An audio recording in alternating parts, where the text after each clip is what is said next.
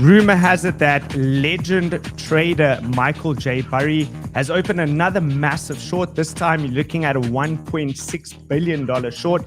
It looks like he has 51% of that split into the SPY and then 42.54% on QQQ put. So we're going to be going through that today. We have two very special guests on. It's going to be Jason and MDX Crypto. We'll get their thoughts and their feedback on what they think is happening next around this particular case. We're also going to be looking at the Bitcoin trends, Bitcoin and crypto trends, obviously flatlining. You guys know it's been super boring out there, but is volatility going to be coming back into the market? We'll discuss that. We'll also have a look at the previous Bitcoin monthly returns and whether there is going to be a potential for a pre-halving cycle dump just before the halving cycle does take place. Looking at the Banter bubbles charts over here, you can see that most of the coins did pull back on the daily. Let's quickly switch to the hourly. Again, the strong coins are bouncing. Rune, Casper, Flex, those seem to be the leaders within the market in the time being. I'm sure we'll bring Max on for some short-term trade opportunities, so make sure you guys stay tuned. Smash the like button, hit the bell notification, and make sure you are subscribed to the channel if you're not already. I'm going to give my quick 2 cents on what's going on with Bitcoin over here. Still looking at this supporting trend line consolidating. Remember, we pulled back into the 50% level of all of these major moves. And we do also have support from the moving averages. We have the 21 exponential and the 200 moving average on the weekly time frame coming in as major support over here. If you do get some sort of scam wick into that area, I do believe it will more than likely be an opportunity. Bias still does remain towards the upside as long as this weekly trend continues to remain. And then we're coming off extremely low volatility. Bollinger Bands at one of the tightest levels we've seen in a long time. You can see on the 3-day time frame over here, we're printing those big blue signals over here by the BBWP. That's the Bollinger Band with percentile. So very, very key level. We need to get the pivot levels correct off of this next move because it is going to be major. It's either going to break the high time frame resistance, which is at that $32,000, or we're going to break down completely. So key level to be looking at. The DXY did come into the level of interest that we had yesterday. So that is the downsloping trend line over here. And the question is it going to pull back? We'll get the other experts' opinions on that and how that's going to affect of course, the stock market, especially with Michael Burry putting on a major short over here. I think that's something to look at. 4 hour, not much to say over here. We're stuck within this very tight range, still consolidating. And until such time as we test one of the extremities at 30,000 or come down to 28,500, there isn't really much of a trade opportunity over there. So I'll be looking for something like that, either a sweep of that level or a sweep of the low level and then reclaim of the range. So with that being said, I think I'm going to bring on the legends themselves. None other than we have Jason. How are you doing, Jason? Great, Kyle. Great to be on your show for the first time. So thanks very much. And good morning afternoon to everyone. Yes. Good morning, good afternoon to wherever you guys are in the world. It's an absolute pleasure having you on. I really appreciate it. I know that you're on vacation at the moment. So it's an honor and a privilege. And then we'll bring on Max as well. How are you doing, Max? He always looks like he's on holiday. That's my lifestyle, baby. That's what we got to make it happen. Like, make yourself live on holiday forever and you feel great. Yeah. Exactly. I mean, that's why we got into crypto, I think, for the most part, is to have this kind of lifestyle where you can work from anywhere. For the money, baby. It's all for the money. Not for the technology. It's all for the good old moolah. The malarkey. Yeah, no, of course. In it for the tech, in the bear market, and in it for the money in the bull market. Don't want to hear that. None of that crap. It's all about the money, baby. Yeah. Jason, what are your thoughts on this Michael Burry situation? I'm sure you'll have an absolute mouthful around this. I definitely do. Very big mouthful. Where to start with it? Because, I mean, a lot of people here may have seen me, may not have seen me. So when you start to come out with your own opinion about someone who manages $1.6 billion in the market and say, this guy's wrong, it sort of gets you off to a wrong foot. But I do have a few notes here. Do you want to show my screen there? Yes, there we go. All right. So if we just take a little peek at history, because that's typically what I do. My whole analysis is around studying the past to forecast the future. You can basically just do a Google search, and you've got Cassandra, which is Michael Burry, talking about how many times he's been short. Now, you have to go back and test each of these dates, but pretty much I've seen these come up, and you guys may have seen it as well. He's basically talked about being short the market at every bottom or around the lows. So this is the S&P 500. Just as a quick look, you've got November 15th. November is back here. So you can see it just in this little peak here. Sure, he may have made a tiny bit of money through that area there to the lows, 4%. But each time he's talked about it, he has dates here in June. He's got dates in March. He's got dates in February. The market's gone the other way. This is just in the last 12 or so months. And now he's talking about shorting it again. He's potentially shorted it a little higher. So he's going to make some money, but this is not the mega collapse that everyone is talking about. So you can see all of his tweets here. I think a lot of these have been deleted. I think this is what this is about. All Michael Burry's archive is basically deleted tweets. You can go back and see everything. So what's going to happen? I think the market has some digesting to do. That's what we've been talking about after we've looked at the time frames on the way up. So this is the S&P. And of course, we look at the S&P because it's the god market of everything around the world. Of course, my view is real estate's even bigger, but just for the markets themselves, looking at the timing from the cycle low to the top, approximately 16 weeks. And then from the March low, which was the banking crisis, when everyone said the market had to collapse, to the current top, it's about 19 weeks. So we've got a balanced move to the upside.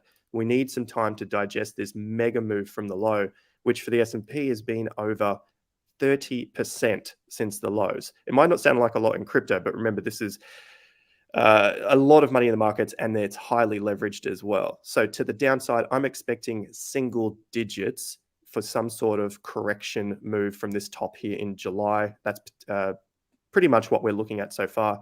And typically, we see the movement of August, September, maybe even October. This data is for the last 95 years. Typically, this is the sort of move that we get. Little pumps and dumps in a trading range here, which may look something like that. I'm not saying it has to happen exactly. Maybe we'll get little moves out to the top, maybe slightly lower.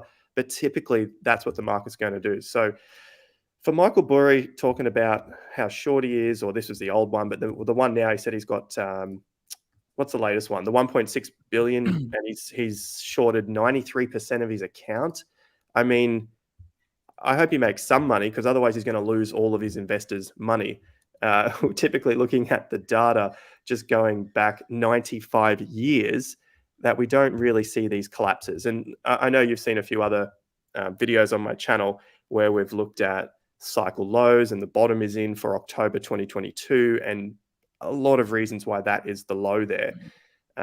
So I'll leave it to everyone else as well. But I mean, just looking at the data, I think we've got single digits for the S&P, and I think we've probably got some sideways period for the next couple of months. Jason, what is that mid-level that you have over there on the S&P? On mine, I have support at 43.25 as the next area of interest. What is that mid-level? I think you have it marked as a 50%. This one right here? Yes. I'm on the S&P 500, the futures. You might be on the SPX.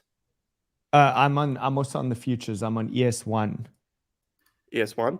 Because on my SPX, it's much closer to that, 43.27. Okay, that's about the same. It's pretty much exactly what I have as the next area of potential support. Max, what are your thoughts? Do you have any thoughts on the stock market? Yeah, I'll talk about the stock market. Let me share my screen. If that's up, you can see it, right? Yeah, all good? We got it. Okay, yep. Yeah, so, I was actually looking at what Jason was just saying, and I always think of short sellers as, people who are always going to have to go underwater quite a lot of the time before they make money in shorts, because obviously markets take longer to rise than they take to fall. So a lot of the time with short selling, you have to have the capacity to go underwater on trades for a prolonged period of times to then realize the game, because the market likes to, greed is a more slower emotion in general. But yeah, I kind of agree with you guys. I think this guy who's shorting the market, it doesn't really mean anything. Also he could just be hedged against a massive spot position. So hedging is usually what you do when you short markets, because you'd rather buy spot and then hold it and then hedge against that spot with a short. In essence, you're just taking profit. So there's a lot of like umming and ahhing, with this whole short, the big short guy. And also, how many times can you get this kind of stuff right? There's a guy who has a great career. He might lose 9 trades and one's a good winner, like the guy did the big short, but he might lose 9 trades in a row. So it's all a bit wishy-washy. There's no point really looking at that kind of stuff. But with SBX, you know, I was calling for, in January 1st, I did a video. Everyone was calling for the doomsday crash. I was saying we're probably likely going to come up and retest the all-time highs, and that's pretty much what we got this year. I do think as well we're going to have a cool-off where we are right now. Actually, look at some of the momentum indicators are looking a little overbought as well. But I would say the levels I've got are a little bit more simple than the levels that Jason's got. I've just got the previous highs coming in. Potentially this could be a level as well. And if you just draw a nice simple what's fib on the this. price level on that? So we've got here 4,317. 4,100 is the lower one down here, which is actually the one I'm a little bit more keen on. Golden retracement will be coming down to about 3.9, and then obviously we're at this level here, which is the prior near to the all-time high. But yeah, I don't think there's going to be a doomsday monumental crash or anything like that. I just don't think the market really can trade. Like, let's just think about it on a slightly more macro, like, you know, Jason. I don't think the market really can trade down here anymore. You know, it's kind of like saying, you know, before, you know, how can there's just so much more currency in circulation now? You're not going to get these prices again, like, you know, 2008, 2009. We're not going back here. There might be some insane black swan which gets us there on a wick, but the amount of currency in circulating supply, just generally in the world in 2008, there's just so much more money now. So you're not going to get to those same prices because the value of the currency is less. So I'd say that, you know, I don't think we're having some doomsday crash. I think, you know, governments are still printing to absolute oblivion. I think the US market, the Fed is still doing $1 trillion every 17 days. So I really don't think we have some doomsday crash. I do think we have some volatility, but I still think that this range between the highs we made and this low is probably the best part of another year. And as long as we're flat, I think Bitcoin has a good opportunity to have its flat stages, potentially 48 capping the upside and then 15 capping the downside, which we've done. I think that's just range bound till half of next year. But we've spoken about that many times when I came on the other day and spoke about that. But SBX, I think, a little bit lower. I think look at the fib numbers and just play the bounce trades and just play the range. Yeah. And Jason, a question for you, because you obviously focus much more on macro. Is the inverted yield curve anything to be concerned by? Is that something that could potentially put a spanner in the works? I don't think so, based on the history. A lot of these things that you know, the media look at are easy headline grabbing, you know, attention grabbing sort of pieces of data. But when you go back and look through it, the longest period from when the yield curve inverted to a recession has been 49 months. So that's 4 years. And the shortest periods are about 6 or 7 months. So when something has that big of a range, it's pointless, in my opinion. Like, if you get that yield curve inversion, you could be waiting 4 years until you get a recession. And that seems like what's happening right now, where we had recession calls in the first half or the Q1 of 2022, Q2 2022, Q3, Q4. Then they push it into 2023, Q1, Q2, Q3. Now they're pushing it into. So do you think it will just keep getting pushed forward until we probably reach some sort of a major peak, whether that's a blow off top? But I know you talk about I think it's called the 18.6 year cycle, which lines up somewhere around 2025, 2026 for major top in markets. From my personal analysis, just in land markets, in land, so real estate. Yep. Okay. Do you look at how that could potentially line up specifically with Bitcoin? Where would that place Bitcoin? Bitcoin, timing wise, if you just follow the previous 4 year cycles, you would expect somewhere between May and November of 2025 as a major top, as per my analysis. I know you speak of timing as well being much more important than these price targets of 150,000, 500. I actually saw one today for already for $500,000 Bitcoin at the top of this cycle. And Max, feel free to jump in as well if you have any thoughts on this. Yeah, I'll just say quickly on that. It is lining up with that. Sorry, Max, I'll just make it quick. Yeah, go for it. Everything is lining up towards this bigger bull market. I'm not talking about the Bitcoin going to 200, 500,000, whatever. It's just mostly you've got real estate prices increasing. The data is out there. It's coming out, you know, day after day.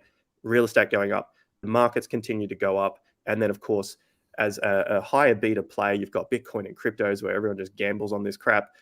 That is also going to feed on to the big bull market itself.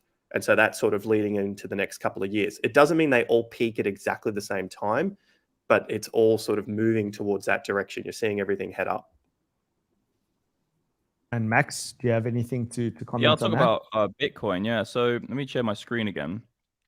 Okay, let me grab it for you. Because I think there is a few little macro factors I can add if I share my screen. There we go. So the thing I look at, the thing I'm quite excited about with Bitcoin is the Bitcoin treasuries, and this is basically just countries, ETFs, public companies, private companies, and countries, I think, actually as well. But this number has grown really rapidly. So 2 months ago, it was 7% of the 21 million Bitcoin were owned by institutions in general, whether it's a company, an ETF, or a country.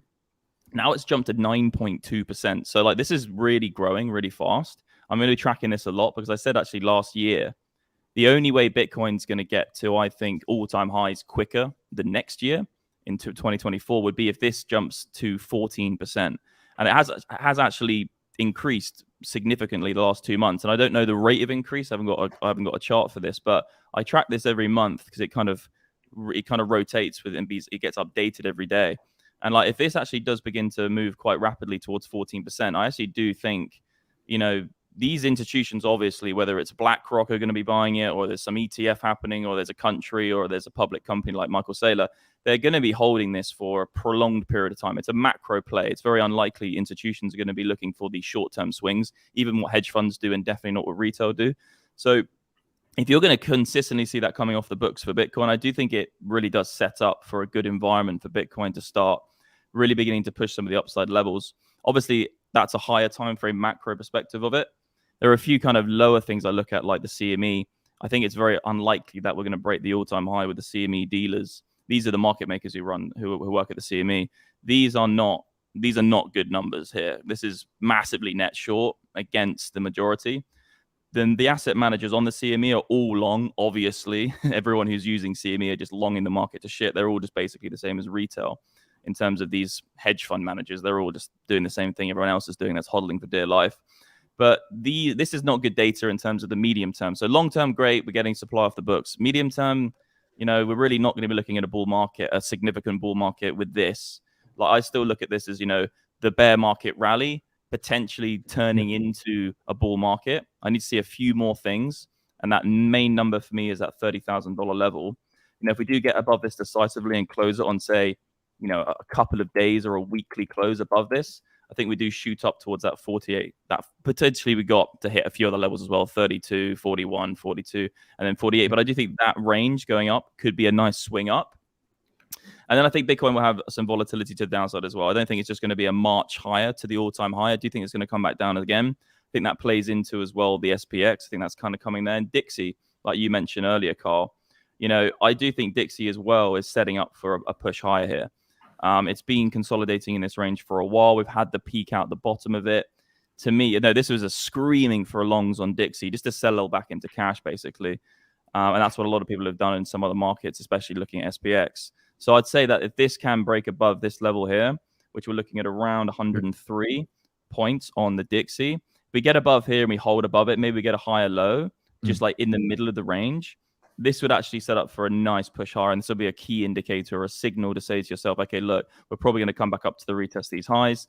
That's going to cause, you know, there's no real exact correlation between Bitcoin, especially. Gold, obviously, if Dixie's rallying, gold's very likely going the other way. SPX as well. But Bitcoin, you got to be slightly careful because, you know, Bitcoin's like a puddle within oceans of money. Like the puddle can still not do its own fucking thing. You know, it doesn't mean that Bitcoin is 100% correlated. This means, generally speaking, if people are selling things back into the dollar and other basket of fiat currencies as well, the Dixie is not just dollars, you're going to see potentially this come down. And then this kind of brings me back to what you say, Carl, when you look at flat TA, because I only look at charts, because you can be an investor and a technical analyst.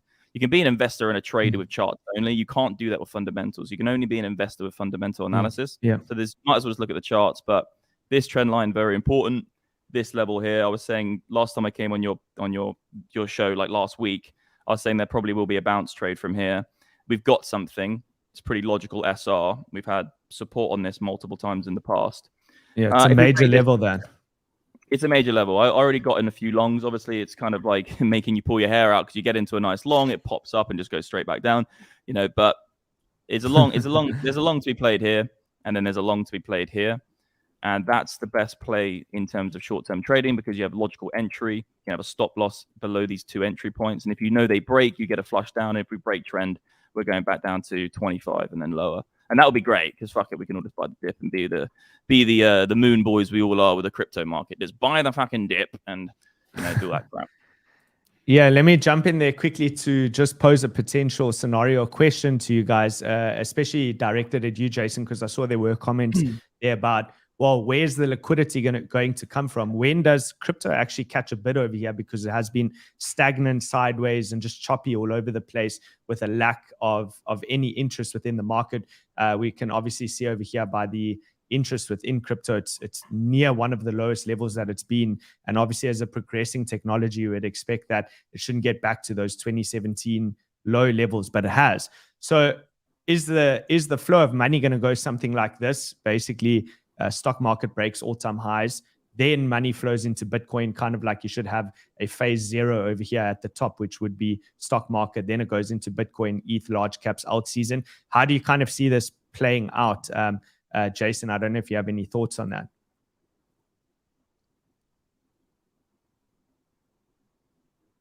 I see Jason's frozen. Okay. Am I back? I thought it was your end, yes, but it must be my end. Yeah. Did you catch any of that, or must I say that again? Is that French internet? No. I think I got the gist of it. France, bloody hell. I was in Spain. It's the same deal. I go to Greece. It's going to be even worse. But I think I got the gist of it. Where is the liquidity coming from? Basically from the, you go from the top end to the bottom, the traditional markets, and is that money going to start cycling through? Is that the gist of the question? Yes. So does, once the stock market breaks all-time highs, is that only when we can expect that maybe Bitcoin will start to catch a bid, or is there already going to be some sort of overlap before that? I think maybe you've seen one of my charts where I was dissecting the S&P 500 just as a bit of a fun game here. Have you got my chart up there? Yep, there it is. So all I've done with the S&P is just broken it into stages of the Bitcoin cycle. And I've got Bitcoin accumulation, Bitcoin bull market, Bitcoin bear market. So the S&P typically breaks into a new all-time high. And I'm not going to run to the bank with this sort of analysis. It's just to give a bit of an idea, say the entire lifespan of Bitcoin. In the accumulation, so Bitcoin accumulation, the S&P has broken to new highs. Obviously, in 2012, it was just getting ready to break through to the new all-time highs in 2013. And so it broke through to a new all-time high in 2013. That was the first time it did it in 6 years. But in previous accumulation periods of Bitcoin, the S&P has broken into new highs once.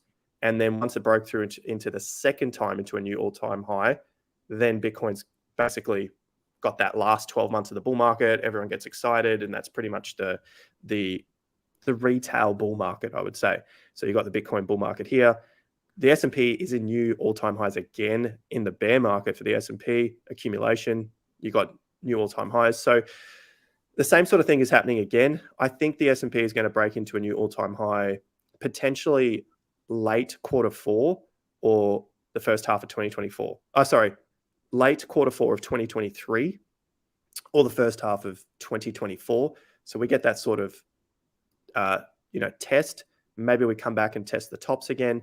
And then we go on that beginning run for Bitcoin where it starts to break into the new all-time highs. So I think we will see a new all-time high on the S&P before a new all-time high for Bitcoin. And that's just obviously going to lead the cycle for Bitcoin, and then the Bitcoin bulls all come back and we start to get that nice big push and the rallies and everything. All the excitement begins again second half 2024, leading into 2025.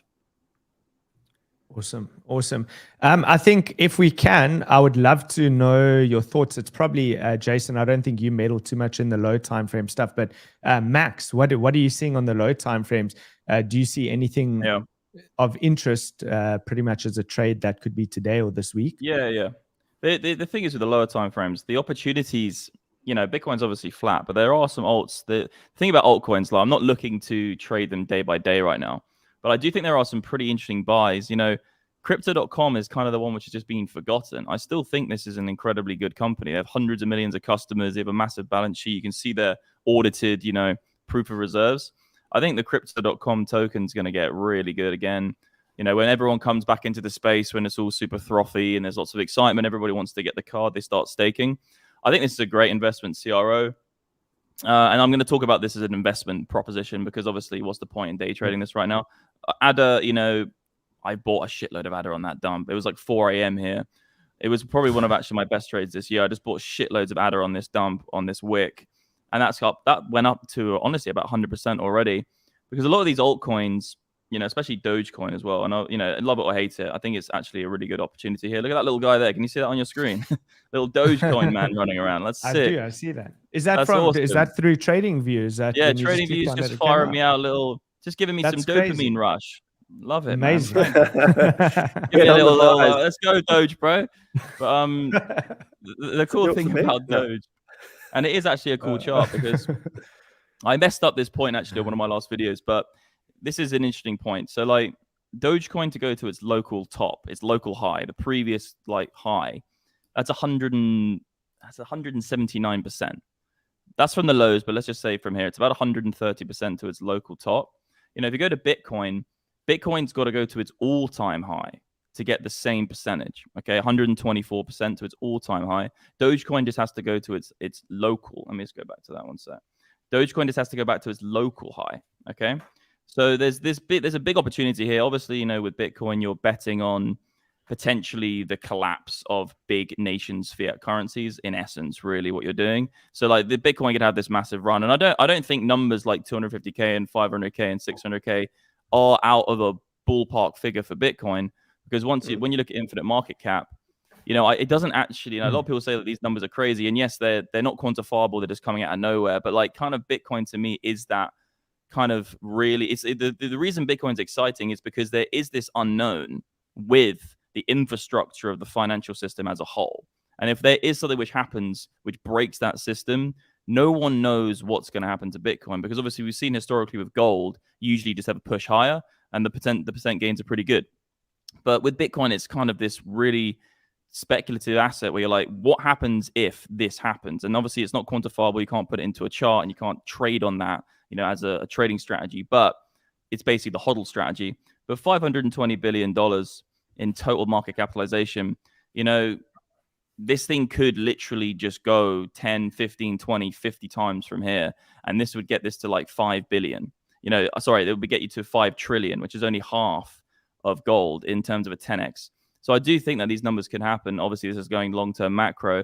But that's kind of the bet for Bitcoin. You know, you're looking for that. But Dogecoin, etc., it's unlikely it's going to be the global reserve currency of the world. Imagine. That'd be freaking insane. But it's not. It's very unlikely it's going to happen. But there are these nice trades. And I do think if Bitcoin's going to be flat, you know, it shames me to say this, but this cycle, we're probably not going to see the doomsday collapse of the world economy or the world financial system. So these altcoins are probably going to be a better investment or a better trade, you know, for in the next couple of years. You know, even Ethereum is probably going to outpace Bitcoin. But we can never. They're often higher beta plays. So in a risk-on environment, they're going to be higher beta plays for sure. And obviously, in a risk-off environment, they're going to absolutely nuke. So you just have to get that timing right when you're transitioning. And you also don't want to be a bag holder for too long. As you got to get out. Yeah, you got to get out. I always preach that it's something that you have to understand that it's like a hot potato. You're holding it just for a short while. And then ultimately the aim is to obviously capitalize that in Bitcoin terms. Always look at the Bitcoin or the BTC pairing to make sure that it's actually in an uptrend. Yeah, exactly, the BTC pairing. So that's what I mainly focus on. Quite good. I don't know if you can see this chart right now, but Total 2 actually does look pretty good to me. It can obviously break the lows and come down here, but it is just respecting its prior high. It's just perfect SR. And I do think Total 2, this is just basically all the altcoins combined without Bitcoin. I do think there is a plausible scenario that is the low. You know, it's not perfect because we can't say it's perfect because we haven't broken the prior high yet. That would be a nicer confirmation if we actually broke this 618 and went like that. That would be really nice. But it's not there yet. But I think that it's plausible. You know, we could always wick down into it like that. And I think Jason was saying Q4 this year. I think about October, we're going to have some sort of rush to cash again. And then we're going to come back out. And I think that's going to be something to do with the Fed interest rates and also the inverted yield. I do think there's going to be one quick move to cash again.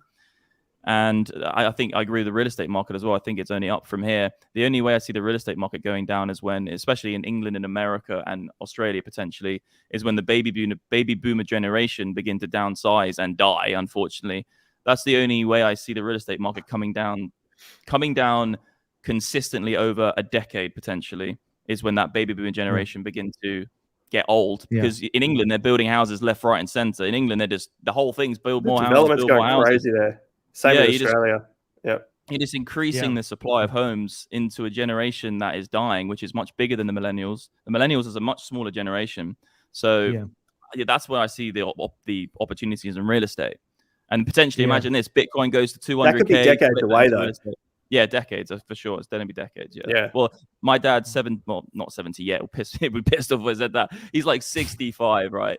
And he's probably got another 25 years in the tank. So, and he's a perfect boomer. You know, my dad's like the ideal fucking boomer. You know, he loves it. Yeah. So we'll see what happens. Great thought pattern, great chat, guys. I really appreciate it. I'll just end off with this, which since we're talking about Total3 and the altcoins, this is something that I'm looking at as a potential Wyckoff accumulation schematic too, which I've been following for, I think, a couple of months now. And if it were to continue to follow this trajectory, at least you're looking at that next markup phase, which goes into the sign of strength, probably within the next month or so. The other alternative is if it's a schematic one that you could get a secondary low where you sweep down into this region. That would also come towards the end of this year. So that's something that I'm watching personally. I don't trade off this, obviously, just a guideline, just something that I'm keeping an eye out Good old fractals, Fractals, the copy paste. Just watching it for the time being. At the end of the day, I'm more trend trader, just focus on higher highs and higher lows, uptrends. I'm in, downtrends, I'm out, and pretty much if I trade the range, it's going to be the extremities, and I keep it simple like that. But I do appreciate you guys joining. The thing I found really helpful with this Wyckoff schematic is just jumping onto the website, and then you, like, if anyone wants to study, you can read through how it all works out, and then you can start to pinpoint the exact points. So all the phases, the schematic is great, but everyone uses it as a copy paste, and it's just like, it looks really cool because of the symmetry.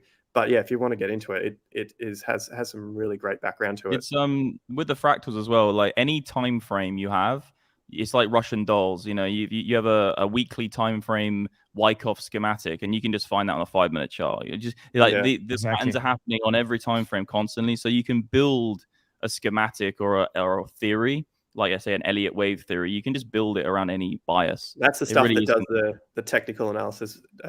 It gives it a bad name because people just copy and paste. You're like, all right, copy and paste it on.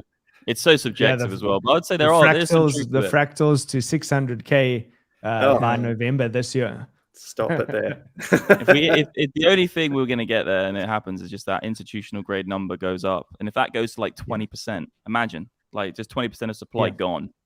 It could get crazy out here. Huge. Awesome, guys. Thank you so much for joining. I really appreciate it. We're gonna cut it off over here because we actually have something going on now for the first time ever. If any of you want to join on the Banter Bubbles chat, you have to have the app though. There will actually be a section that's going to pop up on the side right now where you can actually join our research call live with Ran and the rest of the researchers, where we discuss what's coming up for the day and the markets ahead. That's the first time ever that we're doing this. So hopefully it doesn't glitch out with too many of you coming in there, too much traffic, but go through to that, check it out. And then that's it from me. I guess I'll catch up with you guys at a later stage. Jason, Max, thank you so much for coming. I do appreciate it. I'm sure we'll be in touch soon. If you ever need me to come on your shows for any assistance or chats, feel free to reach out. Sounds good. Thanks, Kyle. Thanks, Max. Thanks. Yeah, see you later, Jason. See you later, legends. Awesome, guys. That is it from me. Please make sure as well, if you're not already part of the Bybit World Series of Trading competition, then check out in the link in the description below. You can sign up over there. There's $8 million up for prizes, which you can basically compete in. You just need to be in the winning team. And I will catch you all on the next one, which is going to be tomorrow. Have a stellar day. Appreciate each and every one of you, and cheers for now.